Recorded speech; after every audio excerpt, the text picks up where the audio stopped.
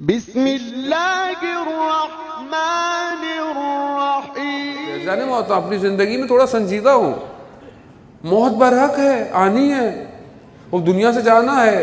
دوسری چیز جس کو ہم نے رسول خدا فرماتے ہیں کہ تحفہ دو جانے سے پہلے کیا ہے؟ قبر ہے۔ قبر کو روشنی دو جانے سے پہلے۔ ہم میں سے کتنے لوگ فکر کرتے ہیں کہ ہم نے بھی قبرستان جانا ہے؟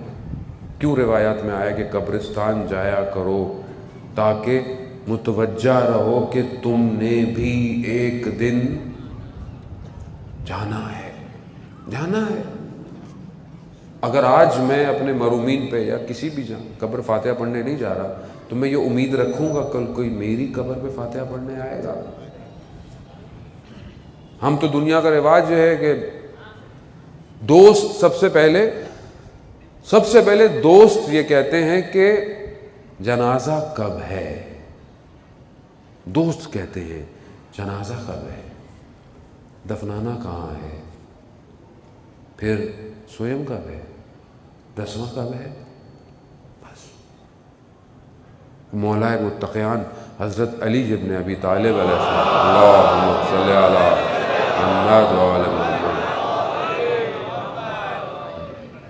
مولا جب ایک نامے میں نہج البلاغہ کے ہمدان کے گورنر کو طرف جب اشارہ کرتے ہیں تو مولا کیا کہتے ہیں کہ موت کی تمنا مت کرو جب تک تمہیں وثوق نہ ہو، شرط واسق نہ ہو۔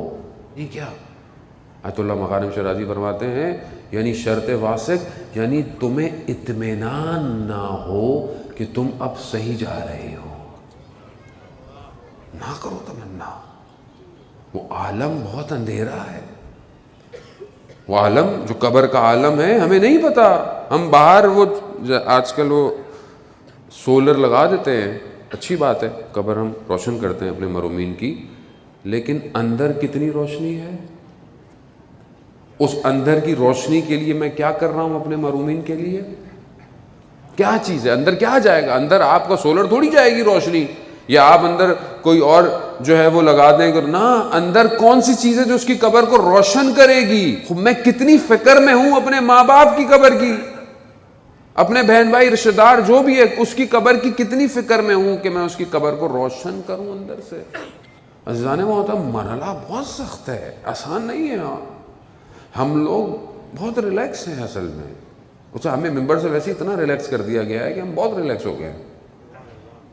جہاں خطبے نہج البلاغہ کے، جہاں میرا مولا قبرستان سے گزر رہا ہے تو مردوں کو خطاب کر رہا ہے، خدا کے لیے پڑھیں جا کر مولا کس طرح مردوں کو خطاب کر رہا ہے۔ جہاں اتنی روایات جو ہیں وہ عالم برزخ کی موجود ہوں، وہاں مومن برزخ سے غافل ہو۔ شخص آیا مولا متقیان کے پاس، کہا مولا میں فلانے شخص کے 10,000 دینار تھے، یہ درہم تھے، میں نے اس کو دیے تھے، اب میں اس کے بیٹے کے پاس جاتا ہوں، پتہ اس کا انتقال ہو گیا ہے، میں اس کے بیٹے کے پاس آیا ہوں تو وہ کہتا ہے کہ کہیں پہ بھی کوئی ایسی چیز نہیں لکھی ہوئی ہے، تو میرے پاس تو کوئی حساب کتاب ہے ہی نہیں۔ کہا مولا مجھے شدید ضرورت ہے پیسوں کی۔ مولا جانتے تھے، مولا نے کہا اچھا اس کے بیٹے کو بلا۔ اس کے بیٹے کو کہا مولا مجھے اصل کچھ پتہ ہی نہیں ہے۔ کہا اچھا شہر سے باہر جاؤ، وہاں پر بہت سارے کتے ہوں گے، ان کتوں میں جو سب سے زشت ترین، سب سے خبیث اور سب سے بھیانک کتا ہوگا وہ تمہارا باپ ہے۔ اللہ اکبر! یعنی کیا؟ یعنی اس ایک واقعے میں امام کیا کہنا ہے؟ یعنی کیا مولا اس کو دوسرے عالم سے بلا رہے ہیں؟ نہیں، عالم برزخ دنیا کے ساتھ ہے، ہمیں نظر نہیں آتا۔ مولا اس کے بیٹے سے حجاب ہٹا رہے ہیں آنکھوں کا کہ دیکھ لے عالم برزخ میں باپ کس حالت میں ہے۔ جہاں گیا اس نے وہی دیکھا، اس نے کہا کہ ایسا ایسا شخص ہے، کہاں فلانی جگہ پہ پیسے میں نے رکھے ہوئے ہیں، لے لینا، مگر ہاں یاد رکھنا۔ کہا حق کا راستہ علی کا راستہ ہے، حق کا راستہ، ہم اس کے مقابلے میں آئے تو ہماری یہ حالت ہو گئی ہے، اس راستے کو نہیں چھوڑنا۔ خوب یہ کون بتائے؟ خوب دنیا میں شاید انسان نہیں سمجھ پائے ولایت علی ابن ابی طالب، مگر اس عالم میں اصل صرف ہے یہی ولایت، جو اس در سے جڑا ہے اسی کے پاس تو ہے خزانہ، اور کس کے پاس ہے خزانہ؟ اور ہمارے پاس کیا ہے؟ ہماری قبر میں کون بچائے گا، یا قبر میں کیا ہوگا؟ وہ خود اہل بیت کہتے ہیں ہم تمہارے عالم برزخ کے ذمہ دار نہیں ہیں، مگر اس کے باوجود روایات ہیں 8ویں امام سے کہ ہم فلانی جگہ پر تمہارے مرنے کے بعد آئیں گے اگر تم ہماری زیارت پر آؤ گے۔ یعنی کیا؟ یعنی خود بہت مشہور واقعہ ہے آیت اللہ حائری جزی جنہوں نے حوزہ علمیہ قم کی تاسیس کی، ان کا جب انتقال ہوا دوسرے عالم دین کے خواب میں آئے، وہ بیان کیا ہوا؟ کہا جب میں دنیا سے گیا تو مجھے دفنایا، میں نے دیکھا لوگ چلے گئے، میں اپنے آپ کو دیکھ رہا ہوں، ایسے میں نے دیکھا کہ 2 آگ کے گولے آ رہے ہیں، آگ میرے قریب آ رہی ہے، خوف ہے کہ میں ہلاک نہ ہو جاؤں، میں نے دیکھا نور آ رہا ہے، نور جیسے ہی میرے قریب آتا گیا آگ مجھ سے دور ہو گئی، میں نے اس نور کا شکریہ ادا کیا، میں نے کہا آپ کون ہیں؟ اگر آپ نہ آتے تو میں ہلاک ہو جاتا۔ ہم امام رضا ہیں، تم 70 دفعہ اللہم صلی علی محمد وعلی محمد، تم 70 دفعہ ہماری زیارت پہ آئے تھے، ہم 70 دفعہ تمہاری زیارت پہ آئیں گے۔ عزیزان محترم، اعمال کھوکھلے ہیں، مطلب میں اپنے آپ کو نہیں جسارت کہہ سکتا، میرا عمل خالی ہے، نہیں ہے میرے پاس۔ کون سا در ہے؟ یہی در ہے۔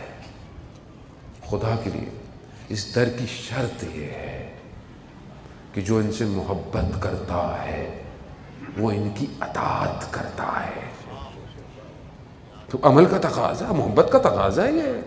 اور ایک شخص یہ کہے، نظام گنجوی جب یہ مجنون لیلا کو بیان کرتے ہیں کتاب میں، ایک شخص دعویٰ کرے کہ میں محبت کرتا ہوں، میں مجنون ہوں، وہ لیلا کے گھر کا پتہ ڈھونڈ رہا ہو، کہا تم کیسے مجنون ہو؟ مجنون تو وہ ہے جسے لیلا کی خوشبو آ جائے۔ خوب تمثیلات ہیں عرفاء استعمال کرتے ہیں، یعنی شدت عشق اس مقام پر ہے کہ ایک مقام پر مجنون کہتا ہے کہ اگر کانٹا کے پاس 2 راستے ہوں، ایک لیلا کا پیر اور دوسری میری آنکھ، تو میں داو طلب ہوں کہ یہ کانٹا میری آنکھوں میں لگے۔ عشق ہے، عشق کی کیفیت ہے، وہ میں نہیں سمجھ سکا آج تک۔ کیوں؟ جو اطراف میں تھے اہل بیت کے، تیروں کو سینوں پہ کھاتے رہے۔